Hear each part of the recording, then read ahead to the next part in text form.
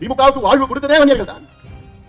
திமுக போட்டியிட்ட முதல் தேர்தல் 1957 தேர்தலில் திமுக 15 தொகுதிகள் வெற்றி பெற்றது. அது 16 தொகுதிகள் எங்க சார்ந்தது? வட மாவட்ட நம்ம பகுதியில். அவர் மட்டும் கலைஞர் மட்டும் குளித்தலையில, அதுவும் கிட்டத்தட்ட பகுதி மாதிரி தான். காவிரி தெற்க ஒண்ணு கிடையாது, காவிரிக்கு வடக்கு தான். 62ல 50 தொகுதிகள் வெற்றி பெறுகிறார்கள். அதுல 45 தொகுதிகள் வட மாவட்டத்தை சார்ந்தது. 67 ஆட்சி வருகிறார்கள், 138 தொகுதிகள். அது கிட்டத்தட்ட 90 தொகுதிகள் வட மாவட்டத்தை சார்ந்தது. இவ்வளவு மக்கள் ஓட்டு போட்டு போட்டு போட்டு உள்ள முதலமைச்சர், உள்ள துணை முதலமைச்சர், இப்ப உள்ள துணை முதலமைச்சர், ஏன் மூத்த அமைச்சர் துரைமுருகன் அவர்கள் துணை முதலமைச்சர் கூட்டா என்ன உங்களுக்கு வலிக்குதா? ஏன் அவர் உழைக்கலையா?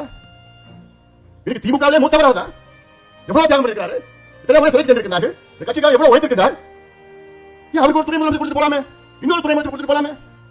ஏன் உங்களுக்கு மனசு வரல? ஏன் அவர் எந்த சமாதானத்தை பண்ணிட்டாரு? பாவப்பட்ட சமாதானம்.